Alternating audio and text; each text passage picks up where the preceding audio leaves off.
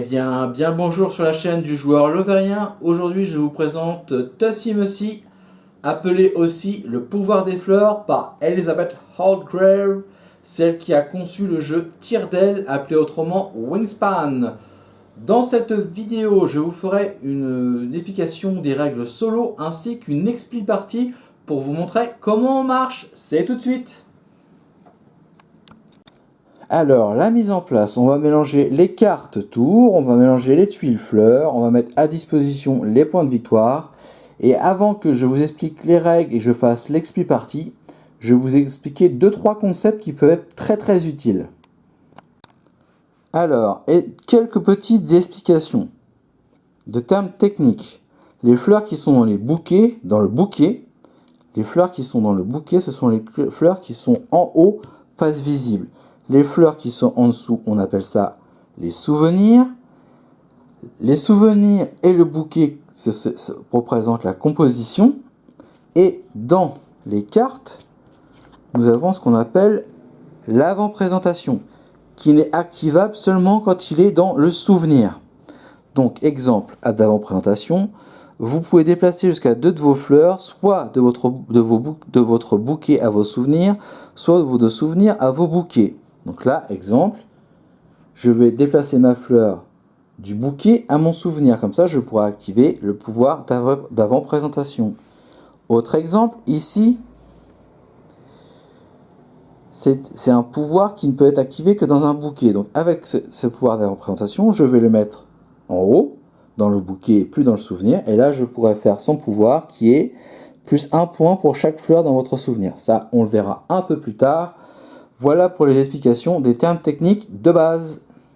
J'ai les cartes tours, les tuiles fleurs.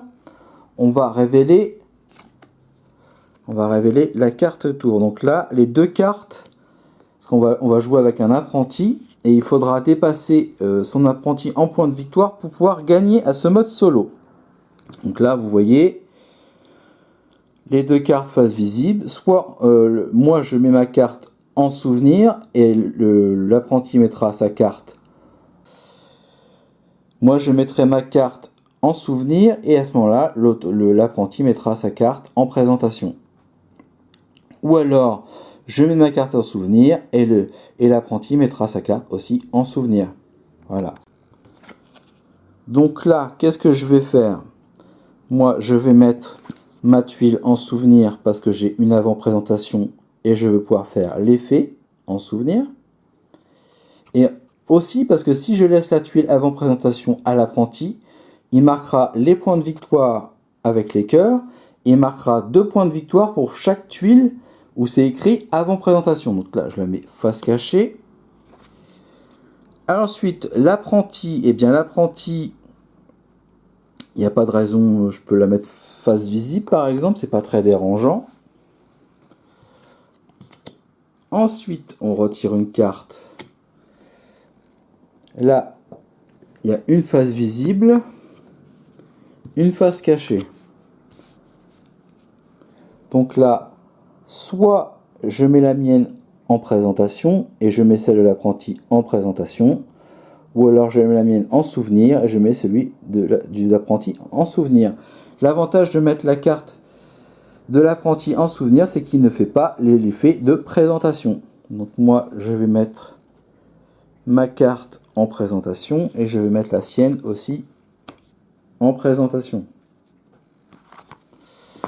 On retire une tuile, une carte, on retire une carte tour. Donc là, je vais défausser la première tuile fleur de la pioche en la posant face visible. Je défausse, voilà. Et je retire une carte. Voilà. L'autre est en souvenir. Et l'apprenti prendra la carte restante. Donc je vais prendre plus 1 point pour chacune de vos fleurs de couleur rouge, celle-ci inclus. Donc j'en ai déjà une rouge ici. Et ici, c'est la couleur de mon choix. Donc je peux marquer des points avec les rouges. Et l'apprenti aura une carte en souvenir. Je retire une carte tour. Donc là, je mets une carte face visible, une carte face cachée. Donc là, moi, mon intérêt, c'est de récupérer la tuile avant présentation. Donc je vais la mettre en souvenir comme c'est indiqué pour moi. Et l'apprenti, je vais lui mettre sa carte face visible. Donc pas de chance, c'est une avant-présentation. Pas de chance pour moi. Voilà, donc je me retrouve avec cette composition. Donc là, c'est la fin de la manche. Donc, on va retourner les tuiles face cachée, les tuiles souvenirs, et on va les abaisser en dessous, pour bien faire la différence avec les cartes présentation. Donc, on va compter les points. On va commencer par moi. Donc là, avant présentation, cette fleur compte comme une fleur de la couleur de votre choix. Donc, mon intérêt, c'est de faire en sorte qu'elle soit rouge. Donc, ça sera une carte rouge. Donc là, j'ai 3 cartes rouges, ça fait 3 points. Mais attention, j'ai une autre carte avant présentation qui me dit que je peux piocher 2 cartes. On va piocher 2 cartes. Donc une carte rose avec un cœur. Et une carte avec un pouvoir de présentation mais qui ne m'intéresse pas. Donc je vais remplacer. Donc le pouvoir, c'est de prendre 2 tuiles et d'en remplacer par une autre. Donc je vais remplacer celle-ci par celle-ci. Que je gagne un cœur. Donc un cœur, c'est intéressant. Donc on revient, donc j'ai avec ce pouvoir 1 plus 1 point pour chacune de vos fleurs de couleur rouge, celle-ci incluse. Donc ça fait 1 point, 2 points, 3 points. Donc je marque 3 points. Ensuite ici, plus 1 point pour chaque fleur dans votre bouquet. Donc le bouquet, j'ai 2 fleurs, donc je marque 2 points. Ensuite, on va compter les cœurs. Donc là, vous voyez, j'ai 2 cœurs, donc je remarque 2 points.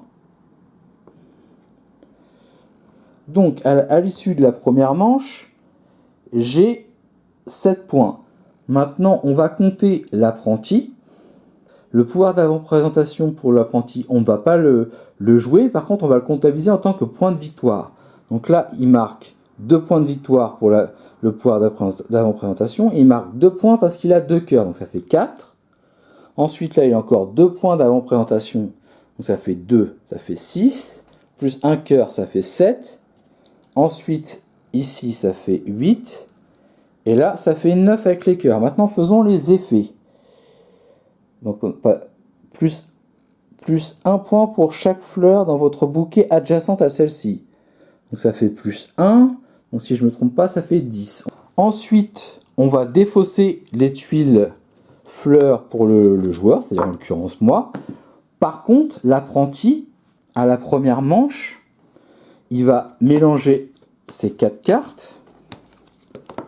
On va en garder, on va mélanger, on va en garder une, et on va la mettre face visible. Elle sera comptabilisée pour la fin de partie, enfin même pour la suite, ça sera comptabilisé pour la suite de la partie. Ce que je vais faire, je vais jouer la partie hors caméra, sinon ça reste d'être un peu long et un peu répétitif parce que vous avez une idée de comment on joue une manche et je vous expliquerai la fin de partie. Allez, à tout de suite. Alors, une explication de mi-parcours. Lorsqu'on a terminé la manche numéro 2, on va remélanger toutes les tuiles fleurs, d'accord? On va mélanger les tuiles fleurs et on va en garder 2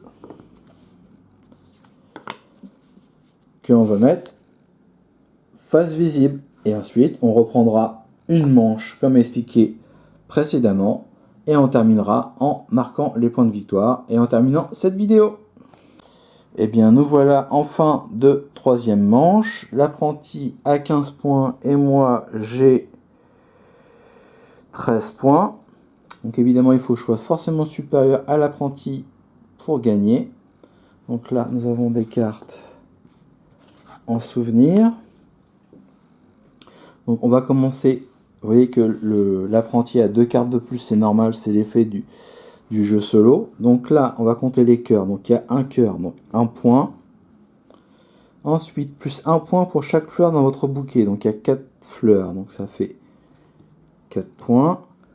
Plus 3 points si vous n'avez aucun cœur dans votre composition. Dans la composition, il y a forcément un cœur, donc il y a 0 point. Plus 1 point pour chaque fleur dans votre bouquet. Donc ça fait 1, 2, 3, 4. Plus 1 point pour chacune de vos fleurs de couleurs différentes. Donc ça fait 1, 2, 3, 4. 4 points. Voilà. Ensuite, passons à mon jeu en tant que joueur solo. Donc ici, il n'y a rien. Ici, la représentation est dans le bouquet, donc on ne marque pas de points. Ici, on a une avant-présentation, cette fleur compte comme une fleur de la couleur de votre choix. Ça ne met aucune utilité. Et ici, alors avant-présentation, vous pouvez piocher 2 fleurs. Dans ce cas, remplacer l'une des fleurs de votre composition par l'une d'elles. Donc je vais piocher 2 fleurs. Donc ici, il y a 0 cœur et le pouvoir de présentation n'est pas intéressant. Ici, on a un cœur. Donc, je vais remplacer cette tuile-là par cette tuile-là, parce que je vais gagner un cœur supplémentaire. Voilà, donc, on va compter mes points. J'ai un cœur, 2 cœurs, ça fait 3, 4, 5. Donc, je marque 5, 9, 10, je suis à 18. Et l'apprenti est à 28. Donc évidemment, je perds la partie. Voilà comment on jouait une partie de Tossimossi, le pouvoir des fleurs en solo. Allez, si vous avez des questions, n'hésitez pas à les poser en section commentaires. Donc c'était la 3e manche qui termine et qui conclut la partie de solo de Tossimossi. Allez, ciao ciao, bonne partie, à plus tard. Pour voir plus de vidéos, abonne-toi.